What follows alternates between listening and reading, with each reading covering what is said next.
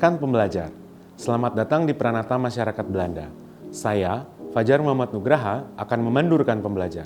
Dalam sesi ini, saya akan membahas tempat tinggal dan waktu luang penduduk di Belanda. Kebijakan tata ruang di Belanda diatur oleh kementerian khusus yang bernama VROM, Volkshuisvesting, Ruimtelijke Ordening en Milieuhygiëne, atau Kementerian Perumahan Rakyat, Tata Ruang, dan Kesehatan Lingkungan. Pemerintah juga membuat peraturan yang disebut Undang-Undang Monumen. Ini adalah foto kota dan perumahan yang ada di Belanda. Isi Undang-Undang Monumen. Yang pertama, bangunan-bangunan yang berumur lebih dari 50 tahun karena unsur keindahan berarti memiliki ilmu pengetahuan atau mempunyai nilai penting sehingga tidak boleh dirobohkan. Yang kedua, terdapat 40.000 bangunan, 150 kota, dan desa yang dilindungi oleh Undang-Undang Monumen. Berikut ini adalah foto bangunan tua atau bangunan kuno yang ada di Belanda. Pemerintah membuat kebijakan, yaitu pengembangan kota-kota tua yang memiliki nilai sejarah. Selain itu, ada Monumentenraad atau Dewan Monumen yang memberikan saran kepada Kementerian Kesejahteraan Kesehatan Rakyat dan Kebudayaan atau WVC yang disebut juga Welzijn, Volksgezondheid en Cultuur. Seiring dengan meningkatnya jumlah pertumbuhan penduduk, tempat tinggal merupakan salah satu persoalan yang dihadapi oleh pemerintah Belanda.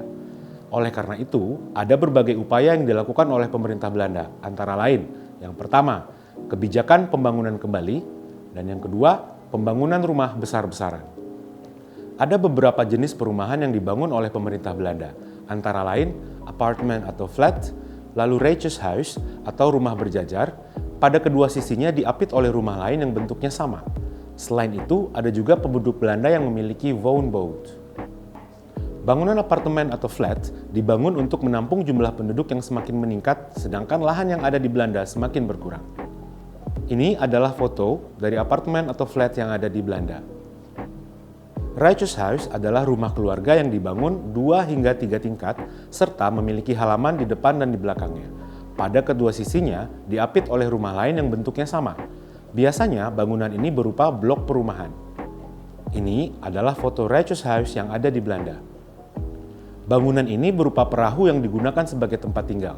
Biasanya bangunan rumah ini ditemukan di kanal-kanal Belanda, seperti di Drachten dan Amsterdam. Ini adalah foto woonboot yang ada di Belanda. Waktu luang dalam bahasa Belanda disebut vrije tijd. Setelah bekerja pada hari-hari kerja, dari hari Senin hingga hari Jumat, sebanyak 40 hingga 36 jam. Maka saatnya masyarakat Belanda menikmati akhir pekan. Akhir pekan atau weekend jatuh pada hari Sabtu dan Minggu.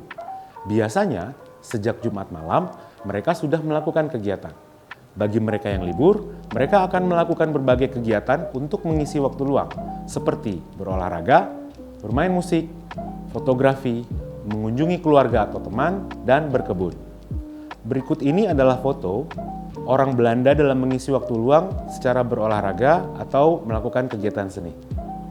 Untuk orang-orang tertentu yang menyukai kegiatan di rumah, dikenal ungkapan gezellig huiselijk leven atau yang berarti kehidupan rumah yang nyaman.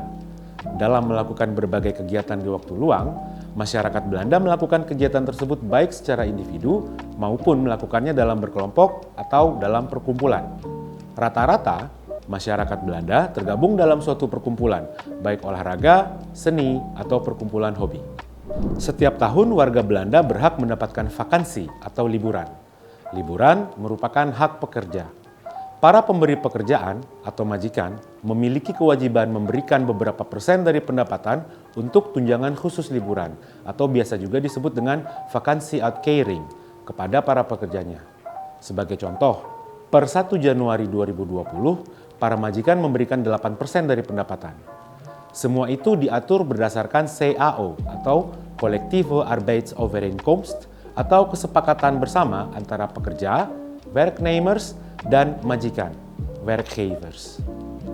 Kami juga menyediakan materi dan tautan video YouTube yang dapat digunakan oleh rekan pembelajar untuk lebih memahami materi.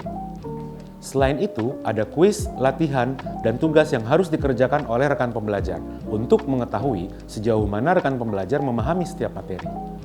Baiklah rekan pembelajar, demikianlah pengantar untuk sesi kali ini. Sampai jumpa di video berikutnya. Veel sukses!